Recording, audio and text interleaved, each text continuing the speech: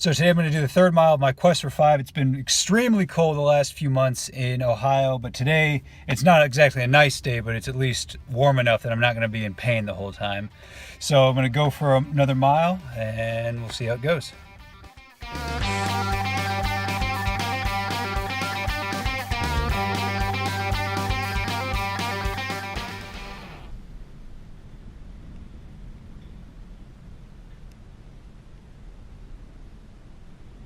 So in today's video, I'm going to be telling you about my personal history with the mile run and the times I've put out. And for perspective, throughout this you can be thinking about Hikam El Garouge and his world record time of 3:43. So if you went to school in the USA like I did, the chances are they made you run the mile in gym class every year, sometimes twice a year, maybe even more than that. Some years I did it once, some years I did it twice. The first year they made us do the mile, I was in second grade, so I was 8 years old. Nothing in elementary school was as good as my performance in second grade, and that's not really the way it's supposed to be, but yeah, I kept putting on weight, and I did not do well, and I didn't take it seriously, which not most people didn't. Sixth grade is when I actually started to take it seriously, and that's actually when you start to get graded on your participation and your your commitment to the gym class. So I was still very overweight at the beginning of sixth grade, and I ran my mile in 9:28. So I took it very seriously. My first sub 10-minute mile. Throughout the course of that school year, I lost about 30 pounds. And then at the end of that year, my performance was very good. I ran an 8:06, which was obviously it wasn't the best in my class, but it was among some of the upper performers. So it was really very solid. Seventh grade, I was fat again. I probably put on 20-25 pounds between the end of sixth grade and the beginning of seventh grade, but I still was getting faster. I ran 8:06, so I trimmed 8 seconds off of my mile. And then eighth grade, I got even fatter. I put on more weight between 7th and 8th grade, but that was when I actually started running every day. So I started running 4 miles a day in 8th grade, and I didn't lose any weight just because my eating, as it always has been, was pretty out of control. So I ran a 7:10 that year. I trimmed 56 seconds off of the mile from the previous year, even though I was gaining weight. Between 8th and 9th grade, I got into way better shape. I started eating healthier during that period, lost quite a bit of weight, and then I got down to probably about 170 pounds, 175 at some point. So at the end of 8th grade, I ran a sub 7-minute mile for the first time ever. And then 9th grade is when I actually joined the track team after I didn't make the golf team. I never had to do gym class throughout high school, but I was on the track team in 9th grade, and I ran my first sub 6-minute mile in my first track meet. I ran a 5:56, and I just whittled that down throughout the year, got it down to a 5:43 by the end of the year.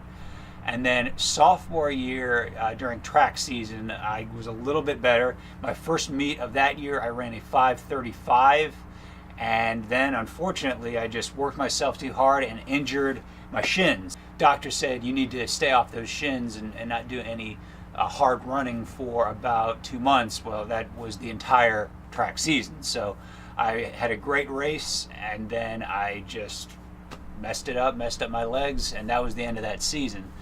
Junior year, very unfortunate. I injured my knees at the beginning of the season. It wasn't any type of an accident or anything. It was just from overstressing them, overusing them. And I'm not, as you know, I'm not really built like a runner. I'm built like, a guy who eats a lot. So I was thicker than most runners, even though I wasn't like fat, but I was thicker, and putting a lot more weight on the knees caused me to get injured. Senior year was my best performance on the track season. I started, even at the beginning of the year, I was already running sub 5:30, and then my first mile meet, my focus was the 2 mile during that season, but I ran the mile at a track meet during the middle of that season, and my time was 5:18, and I was super satisfied with that already. But even after that, I continued trimming the time down, and I got down to 5:07 by the end of the year. And this was during the last week of practice before the state meet. Now, running a 5:07 mile is not good enough to be in the state meet. I was in Missouri. It's not really the best runners at state. Well, the best runners in the state run just a little over 4 minutes. And to even qualify for the state meet of the mile, you need to run probably about 4:25, 4:30. So obviously, completely different league from what I was at. But still, I was thinking at the end of that week, I was thinking, all right, 5:07, a couple more weeks of training. I think I'm going to get down to 5. And the next week, I went out for a time trial around a 5:10. And I'm like, well, I'm moving in the wrong direction. Forget this. And that was the end of that. I haven't run anything close to that since then. And my training is coming along now. That's kind of why I'm here now, just trying to recapture some of that glory from when I was a decent track athlete. And let's see how we did on today's run. So this time is in the upper 540s. I know I can do better than that. It's just frustrating that I'm not breaking through these barriers. But all I can do is do better next time. So let's get something to eat and finish off episode 3. So to close off episode 3, I'm going to eat this giant bowl of oatmeal. And if you're British, I believe it's called porridge. I've added some bananas, some blueberries, some peaches, so it should be pretty good. It is a whole lot though. It is just over 10 pounds, so I might have some trouble with this, but we'll see how I do. I've got some syrup here that I'll be adding just whenever I feel like it.